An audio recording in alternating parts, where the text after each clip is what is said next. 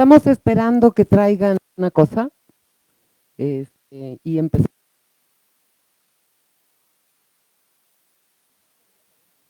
No.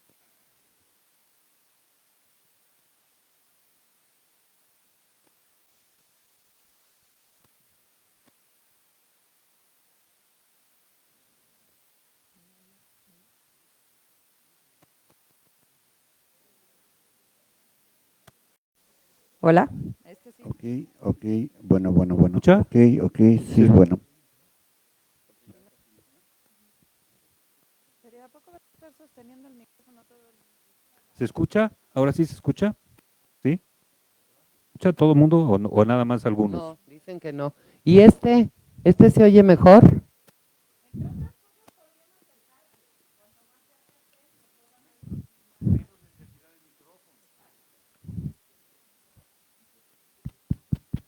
Ahí están ya las chavas. Bueno, ya. Bueno, esto no, bueno, es que hay que ponerse por su paciencia, por esperarnos. Es,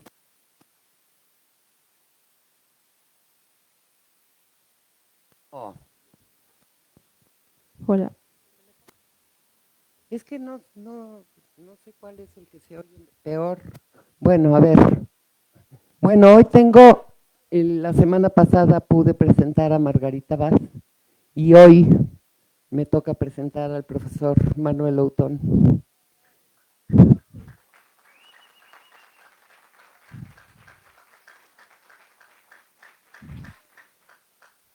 Bueno, pues es un poco famoso aquí el señor. Este, bueno, hoy estaba yo pensando, viniendo para acá, ¿cómo lo presento yo a Manuel? Como un amigo entrañable al que quiero muchísimo, como un miembro de la comunidad universitaria de hace 48 años, o sea, más de la mitad de su vida, casi casi como yo. Somos un poco veteranos, vaya. O el, el profesor que a mi juicio tiene más mérito sin tener ningún mérito en la meritocracia académica universitaria. Entonces, hay muchos doctorcitos por ahí que se quedan esmirriados al lado de este compañero, filósofo, psicoanalista, amigo, generoso, sabio y demás cuestiones, las cuales me fascinan y nos fascinan y veo que ustedes también están contagiados de ese sentimiento. Préstenle oreja, vale la pena, o sea, echen a andar la escucha, que es de lo que él va a hablar, porque si no escuchamos, pues ¿para qué vinimos, no? Mejor nos vamos al pastito. Entonces, bueno, bienvenido Manuel y muchas gracias por apoyarnos. Esta cosa no se acaba de saber por dónde se oye, entonces si allá atrás no oyen, vénganse para adelante y, avisen, no se oye. Bueno, va.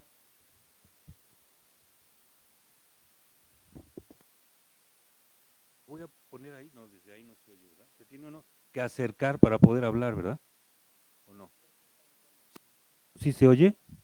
Y si me alejo ya no se oye. Plaza Sésamo, cerca, lejos, ¿no? O como le digo a mi nieto, cerquita, cerquita, cerquita, muy lejos, muy lejos. Brincan los conejos. Bueno, vamos a dejar las bromas.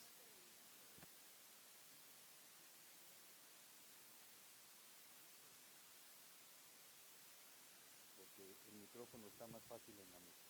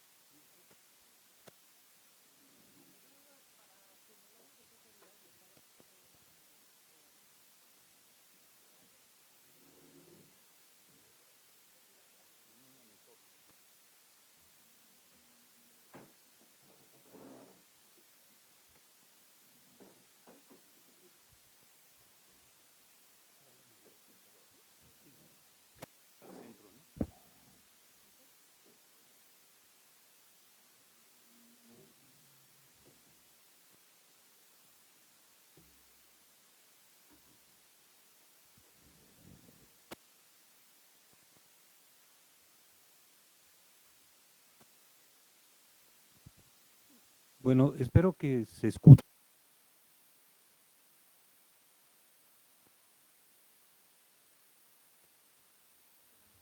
Hola. ¿Así vamos a estar todo el tiempo? Hola, hola, ahora sí se escucha. Hola. Ok.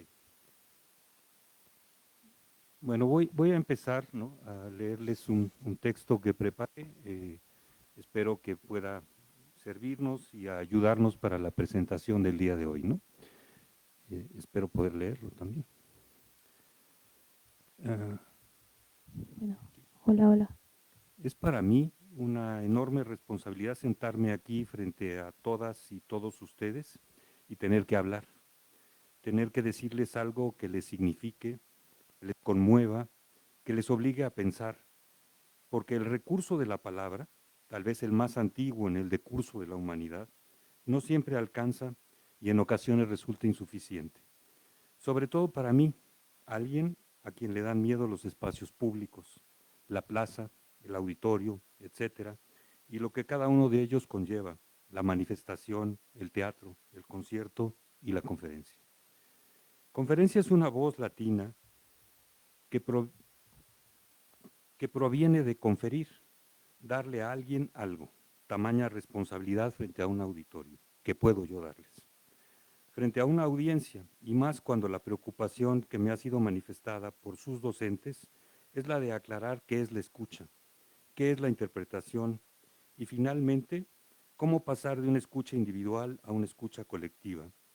Toda esa demanda me hace sentir aterrado, me produce horror vacui, ¿no?, miedo al vacío, ¿no?, voz latina usada para que los pintores durante el Renacimiento cubrieran con dibujos los espacios vacíos de toda obra de arte, ¿no?, para no causar horror vacuo. Años después, un pensador francés le llamará a esto el espacio en blanco, al hueco, al agujero, al vacío que se gesta entre dos letras en la escritura. Y otro pensador, también francés, nombrará al espacio de la página en blanco de esta manera. El primero es el poeta Mallarmé y el segundo el filósofo Blanchot. Sin querer, y así poco a poco me voy colando en el ambicioso tema que hoy nos congrega. Pues ya hablé de la voz y la conmoción, ya hablé del auditorio y la audiencia, porque hoy ustedes son una audiencia, se sientan aquí para escuchar una voz, una palabra, un relato, una narración, que esperan les conmueva o les aclare algo con respecto a sus saberes y sus dominios técnicos. Y con eso vuelvo a empezar. La escucha es sin duda una técnica de pensamiento antigua que apareció por primera vez en las llamadas civilizaciones de la antigüedad con el mito, como forma de representación del ser y el sentido de la vida. La oralidad y la auralidad, escucha, fueron sin lugar a dudas las técnicas que posibilitaron el sostenimiento de las civilizaciones de la antigüedad al relatar en cantos y poemas el origen de todo, del cosmos, de las diosas y los dioses, de los héroes, de los que descendemos nosotros los mortales, y el orden de la ciudad. El soporte de los mitos fue la memoria, primero colectiva, de las y los habitantes de las ciudades, que los cantaban en los rituales para restablecer el orden y renovar la cuenta del tiempo. En los mitos se narraban cosas que sí sucedieron, aunque para preservarlas del olvido se magnificaban haciendo pasar los sucesos como hazañas extraordinarias. Los mitos implican a la memoria como soporte y a la escucha como técnica de pensamiento, y refieren en sus inicios a acciones colectivas en el ritual. Las civilizaciones de la antigüedad se anclan en estructuras sociales rígidas y sin movimiento. Origen y destino se encuentran fijadas y decididas desde el nacimiento. No existe la libertad individual, tan solo el destino de la ciudad y sus habitantes. Suponemos que el establecimiento en el territorio de las primeras formas civilizadas fue obra de las mujeres, que aprendieron a contar el paso del tiempo para la reproducción de la vida y aprendieron a contar el paso del tiempo creando calendarios lunares y calendarios solares para domesticar los cereales y así hacer posible el asentamiento en el territorio de grandes grupos humanos. Estas civilizaciones matriarcales fueron sucedidas por un orden patriarcal. De eso nos hablan los mitos al narrarnos el origen de todo.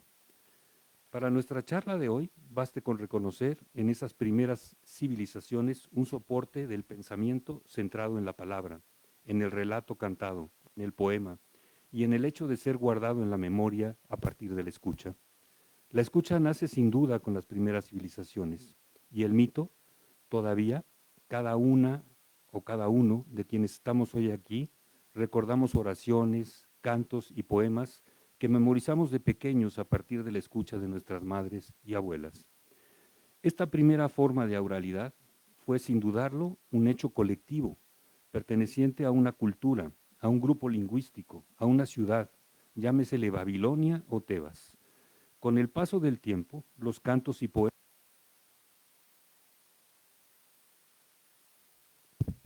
Dios.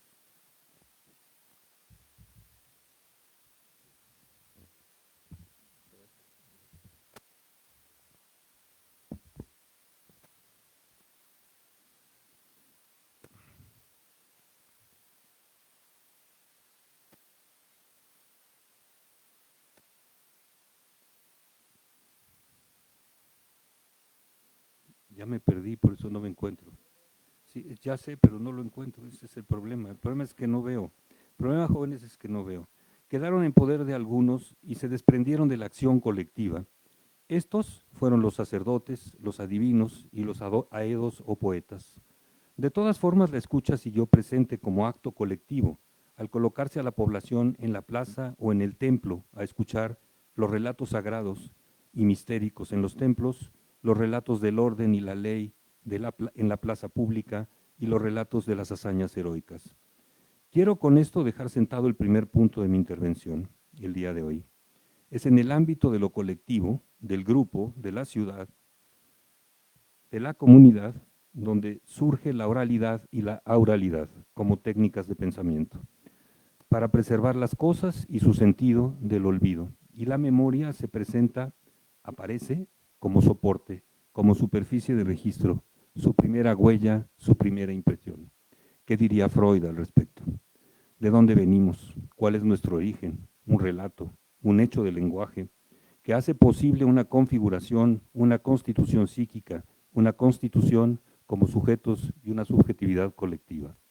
Los mitos siempre narraron historias sagradas y mistéricas, es decir, que en estos relatos siempre estuvo presente el misterio de lo sagrado y el enigma de lo indescifrable. Por ello sabemos que la interpretación, y lo subrayo, siempre fue necesaria para comprender el sentido profundo de los misterios y de las historias sagradas. Vamos, que quisiera decirles que la escucha siempre requiere de la interpretación y de lo que nos vemos obligados a interpretar es lo que está encriptado, lo enigmático, lo guardado, en secreto, en un discurso o en un relato. Estando en este proceso, en Atenas, Grecia, se produce un hecho inusitado para las primeras civilizaciones en el siglo V antes de nuestra era. Se produce la tragedia, por su nombre griego, Tragos Aoidos, el canto del macho cabrío, el dios Dionisio, aquel que hace que las cosas ocultas se manifiesten, se hagan presentes. Los poetas trágicos componen piezas que van a ser representadas, y subrayo representadas, ¿no? Y pongo el acento en ello, se va a producir una escena para representar todavía mitos antiguos, conocidos por los ciudadanos atenienses que asisten en las fiestas dionisíacas a la tragedia, pero puestos en escena por dos actores varones que usan una máscara para mostrar a quién representan. Genial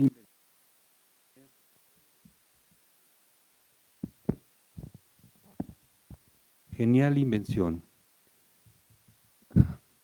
Ya otra vez me tengo que encontrar. Genial invención poner en escena los sentimientos, los valores, los miedos más profundos de una sociedad, de una civilización, y representarlos mediante el enfrentamiento de dos personajes, protagonista y antagonista, que representan fuerzas, pasiones encontradas.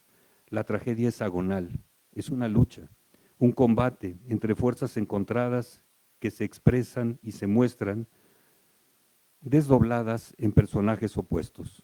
En realidad, esas pasiones, esas fuerzas nos constituyen, y el poeta las desdobla para que podamos verlas y comprender nuestro conflicto interno. La tragedia es el origen del sujeto. Al permitir mirarse por primera vez como desgarrado, como confrontado consigo mismo, si el mito es el origen de la civilización, la tragedia es sin duda el origen del sujeto.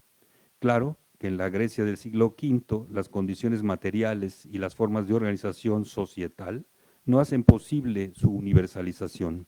Esa presencia, la presencia del sujeto, esa aparición solo es posible en el gesto estético del teatro griego.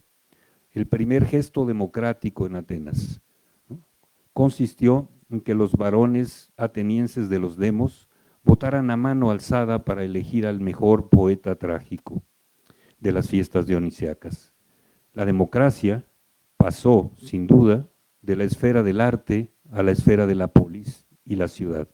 La parresía, ¿no?, la libertad de palabra de los varones en el demos ateniense, en la asamblea, es el resultado de un gesto trágico.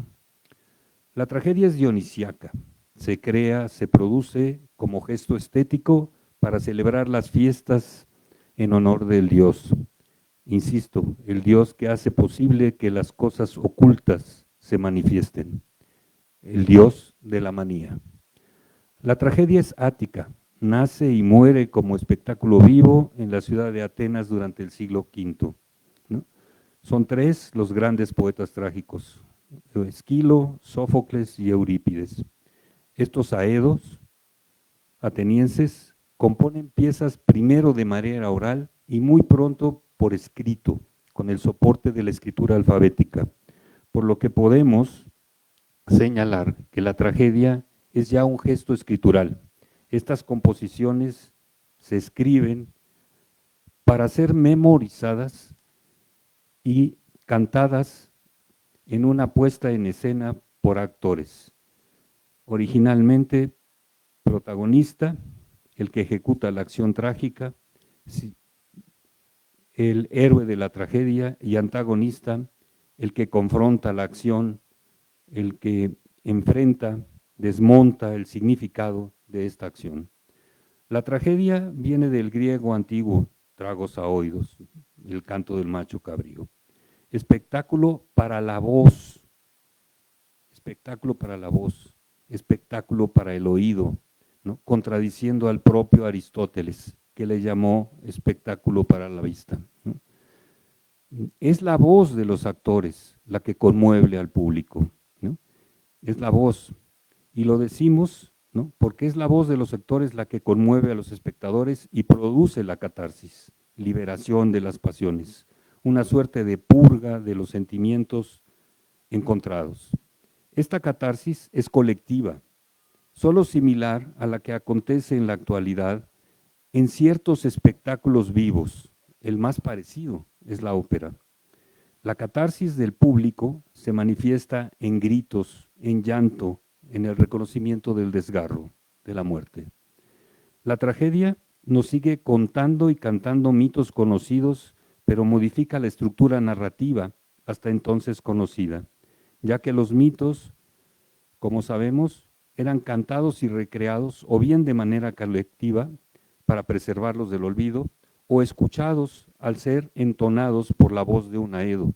Los mitos eran una producción oral que se guardaba en la memoria de los pueblos y ciudades mediante la rememoración de historias conocidas.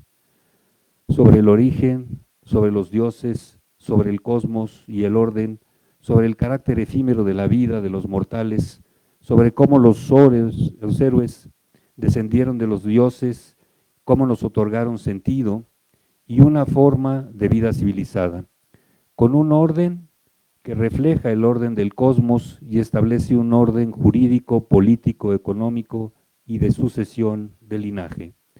También los mitos, compuestos por aedos, que relataban hazañas gloriosas, como en la Ilíada y la Odisea de Homero, que eran preservados del olvido con la técnica de la memoria.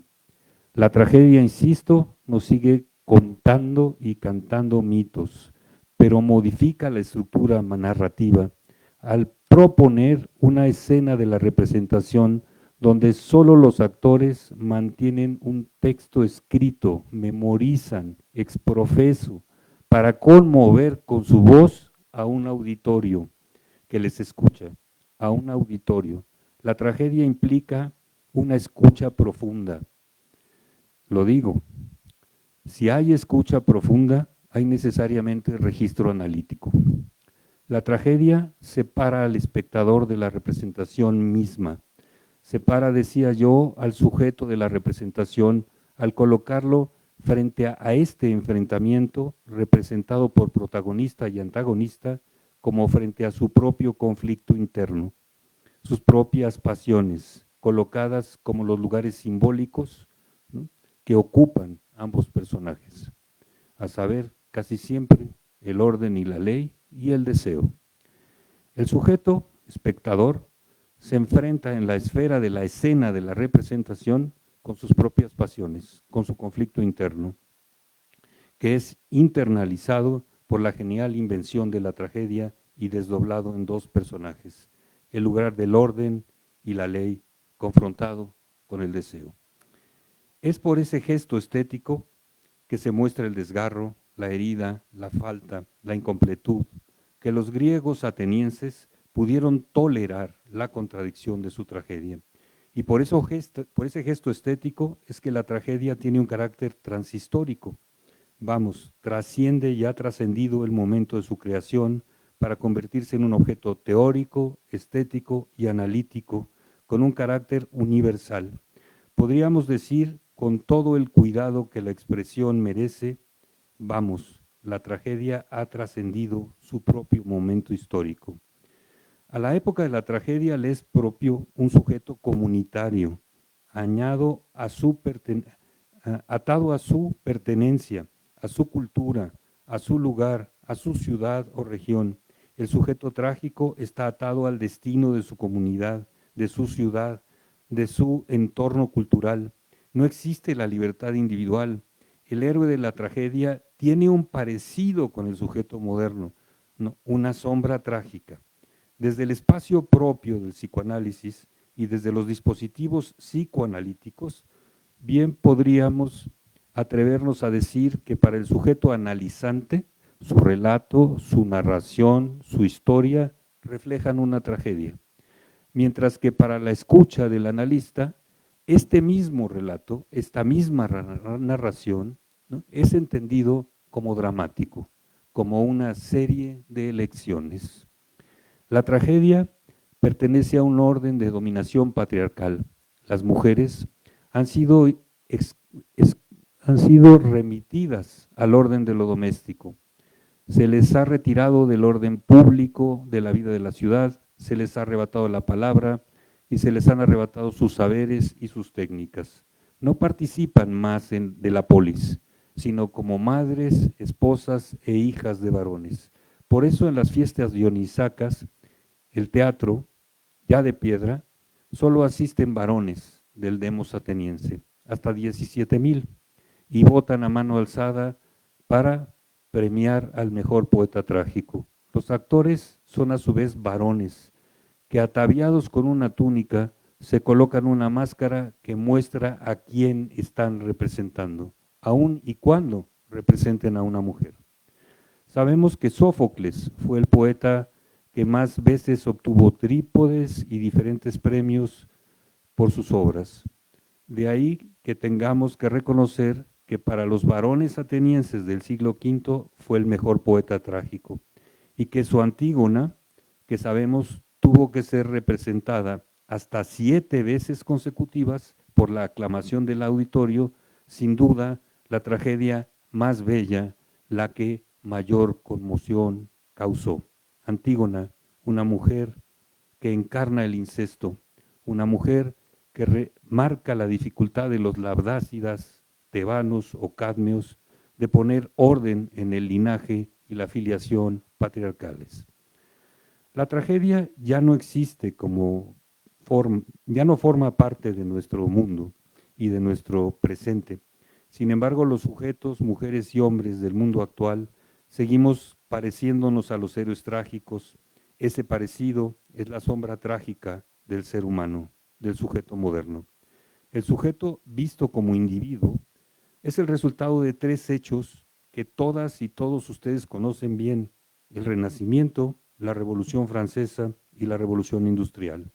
Los tres permitieron el establecimiento del individuo visto y comprendido como igualdad ante la ley, principio ciudadano, visto y pensado como sujeto creador, como trabajo y fuerza de trabajo, generador de valor y plusvalía, como sujeto de la razón y la técnica y el conocimiento, el autoconocimiento y la autonomía, y puesto, colocado en una era de la reproductibilidad técnica, como la llamó Walter Benjamin.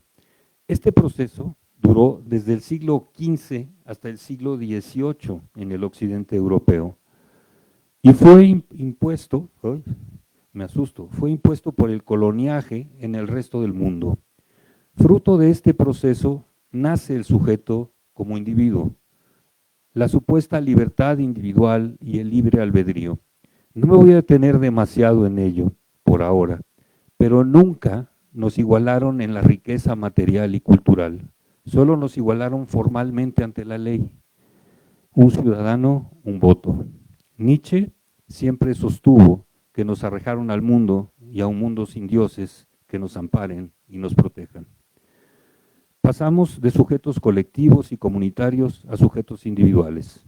Pasamos de estructuras sociales rígidas con un orden social fijado de una vez y para siempre, en las que origen y destino estaban decididos desde el nacimiento.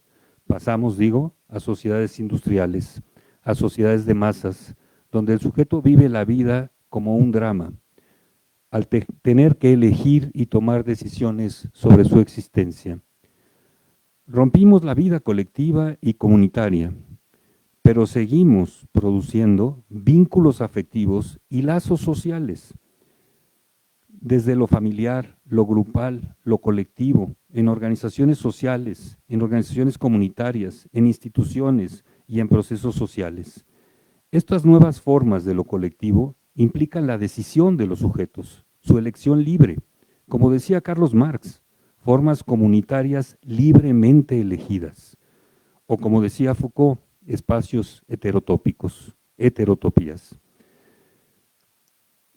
Las vemos, las encontramos en los procesos educativos, en los procesos grupales, en las organizaciones sociales, en los sindicatos, en las agrupaciones comunitarias, en las políticas, en las comunidades de producción, en los grupos que luchan por sus formas de identidad y sus derechos, etcétera, etcétera, etcétera.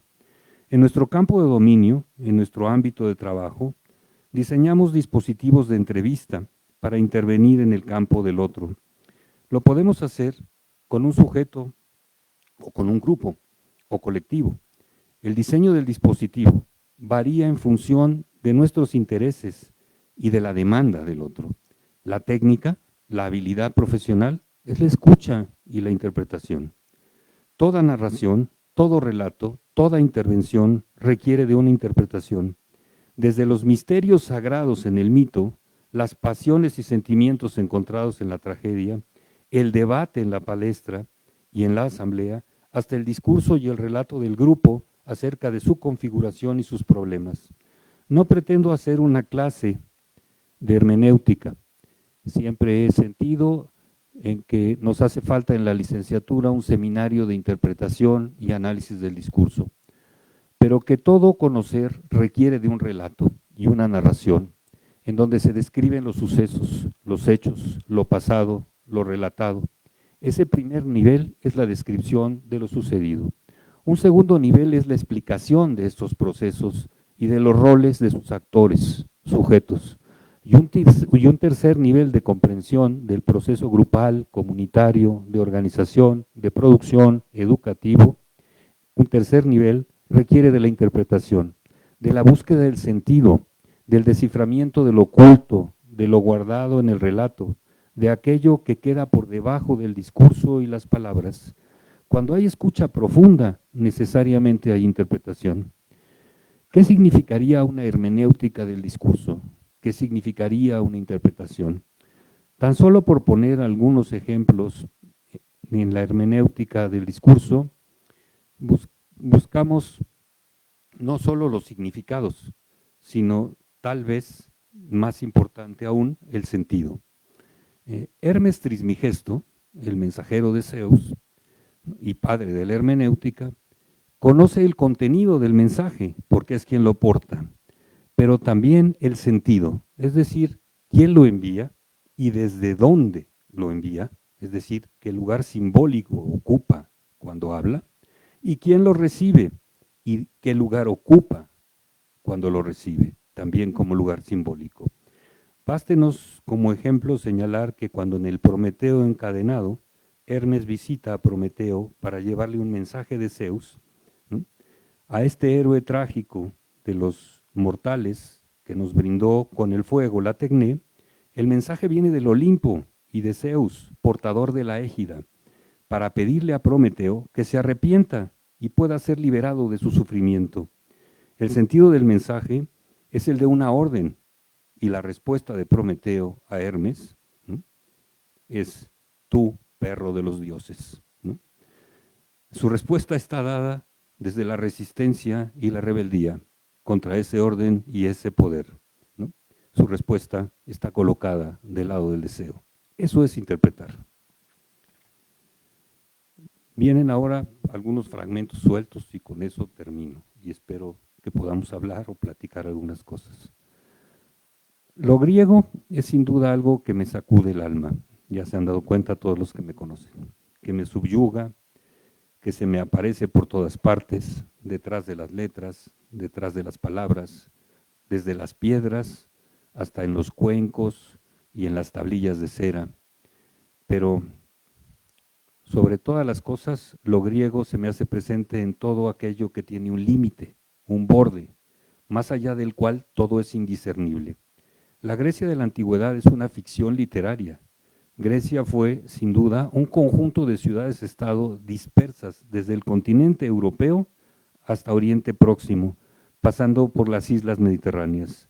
Lo común a este grupo de ciudades-estado era la lengua griega, koine, y sus dioses y diosas. Su unidad más que territorial, si se me permite decirlo, fue espiritual. Hay museos con piezas de la cultura griega antigua en cada ciudad, en cada isla, y en todas se cuentan las mismas historias originarias, mitos sobre el origen de todo, sobre la aparición de los y las diosas, sobre los héroes que fundaron las ciudades y de los cuales nosotros los mortales somos sus herederos. Todo pasando por una genial invención, la escritura alfabética, que permite guardarlo todo de una vez y para siempre, y que fija el orden de las cosas y el sentido de la vida, tan solo como gesto escritural. Yo soy solo un lector que no pretende escribir libros, solo quiere conjugar verbos y relegar adjetivos, buscar versos donde no existen, en los amaneceres, en la inmensidad inimaginable del mar, en la oscuridad profunda de algunos bosques y cavernas, en el horizonte y más allá de todo límite, más allá de la palabra. ¿De dónde acaece el día? En el largo y penoso silencio de las cosas, en el insondable recuerdo de lo humano, en la desesperación y el miedo, en la angustia. Acaece en el sueño de un nuevo día y de una sociedad acompañada por las sombras de otros ayeres.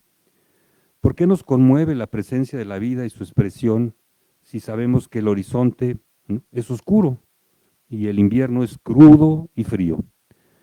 ¿Qué hacemos en un mundo tan pleno de artificios y engaños? Lo real nos hace sucumbir día tras día y amanecemos con la esfera de la ilusión cubriendo todo y el mundo parece hermoso y el hechizo se cumple nuevamente. No hay expresión más humana que la palabra, no hay ilusión más grande que el engaño, no hay mayor trascendencia que el sueño. Somos cuerpo, biología y sujeto, naturaleza e historia coyuntas. Durante mucho tiempo pensamos que éramos un desprendimiento de la naturaleza primaria, una suerte de segunda naturaleza, entre comillas, Marx, Dixit, la historia. Hoy sabemos que la historia no es única, ni lineal, ni continua, y que es tan solo una expresión más de la naturaleza toda, de aquella physis griega. La naturaleza toda es el continente y la historia tan solo uno de sus múltiples contenidos. Pensamos siempre sobre lo pasado, pero para que podamos pensarlo, alguien nos lo tiene que narrar, nos lo tiene que cantar, nos lo tiene que contar. El Logos de García Vaca, Cuenta y Razón, o la razón poética de María Zambrano. Todo conocimiento es un recuerdo de algo, está en la memoria, opera en el lenguaje, es representación de algo que ya no es, que acaeció, que quedó en el pasado. Sin embargo, lo que somos lo llevamos con nosotros, nos pertenece, aun aquello que no podemos nombrar por formar parte de lo insondable, del inconsciente. La memoria de los tiempos no está ni estará escrita, pero sí ha sido vivida intensamente y algunos de sus fragmentos han sido interpretados como una partitura musical. Es en el cuerpo donde inscribimos los sucesos de la vida. Así tenemos múltiples huellas, unas encima de otras. A veces el entramado produce confusión, obnubila, y en ocasiones es ominoso, cruel, violento. Si el cuerpo es la superficie de registro y el territorio de la memoria, de las sensaciones y, por qué no decirlo, del sentido, de lo sentido y de lo presentido, entonces toda sensación previa como recuerdo se acumula en las palabras que ordenan, o que ordenada o desordenadamente nos decimos aún en el silencio. El tacto, el olfato, el gusto, el oído y la vista son superficie de contacto con el mundo externo. Operan de adentro hacia afuera, produciendo sentido, y de afuera hacia adentro, estructurando recuerdos, memoria viva del mundo. El sujeto no habita en un cuerpo, el sujeto es un cuerpo. Cuerpos abiertos, cuerpos cerrados, cuerpos en clausura, cuerpos en apertura. Las expresiones humanas son palabras, son lenguaje. Los sujetos nos expresamos representando, somos memoria del objeto representado. No niego la representación de imagen, pero es en la palabra, en el lenguaje, donde la abstracción se hace presente y nos permite llevar un mundo con nosotros. Un mundo, no el mundo. La representación de objeto, la imagen, es sin duda originaria y más antigua que la representación de palabra, pero es esta última la que abre la ventana de la comprensión del sujeto y del inconsciente. Nosotros, nosotras, nos parecemos a las diosas y a los dioses. Ese parecido es la sombra de nuestra existencia. De ahí la angustia por el paso del tiempo con la que supo ver y nombrar Kierkegaard, ¿no?, a la angustia. De ahí la conciencia de vida como conciencia de muerte y el carácter agonal de la existencia. Esta angustia es nuestro destino como sujetos modernos. Es la condición de nuestra existencia como sujetos libres, no atados a la necesidad, dueños de nuestra capacidad de elegir, de dudar de todo, con la única excepción del yo pienso, ¿no?, como decía Descartes. Nuestra existencia es dramática, se encuentra plagada de disyunciones y no hay retorno más que el de la compulsión de repetición de lo mismo. La angustia no deviene del trauma, deviene de la libertad de los sujetos, pero la angustia es el síntoma del trauma, de eso que no podemos nombrar, que es irrepresentable. Lo que podemos nombrar está en la sombra, en el espacio de luz bajo la superficie y suena tan enigmático como cualquier sentencia oracular. Todo relato, toda narración, aun los relatos duros de la ciencia, pasan necesariamente a ser interpretados, descifrados, desencriptados, decodificados. No hay verdad en el relato, tan solo interpretación y búsqueda de sentido. De ahí la suerte de la hermenéutica de todo pensar. Solo basta mirar cualquier partitura musical o cualquier formulación matemática. Sentados en el sillón, escuchando al analizante, sentados en la piedra o en el tronco del árbol, escuchando los relatos de la comunidad, en la selva o en la montaña, pensamos escuchando. La escucha es sin duda alguna una técnica antigua de pensamiento y al escuchar representamos. Más prestos al error que al acierto. Interpretamos, pero ejecutando una suerte de reescritura de las huellas como una búsqueda interminable del arjé, del origen y el orden. Pensamos hablando, como decía Heidegger en De Camino al Habla. Leemos hablando, escribimos hablando, oralidad, oralidad, memoria, mirada, mano, escritura. Son en principio indiscernibles, se imbrican todo el tiempo, aunque sepamos que primero hablamos, escuchamos y solo después leemos, escribimos. Técnicas de pensamiento elaboradas desde el cuerpo. Oímos y guardamos y resguardamos en la memoria. Después repetimos lo guardado, mitos. Tiempo después podemos narrar lo vivido, lo sentido. Observamos empleando la mirada para describir el mundo que nos rodea. Lo representamos en el fondo de las cavernas, mímesis. Después inventamos las grafías y la escritura para fijar el orden del mundo y nuestras representaciones y pensamiento. Insisto, técnicas de pensamiento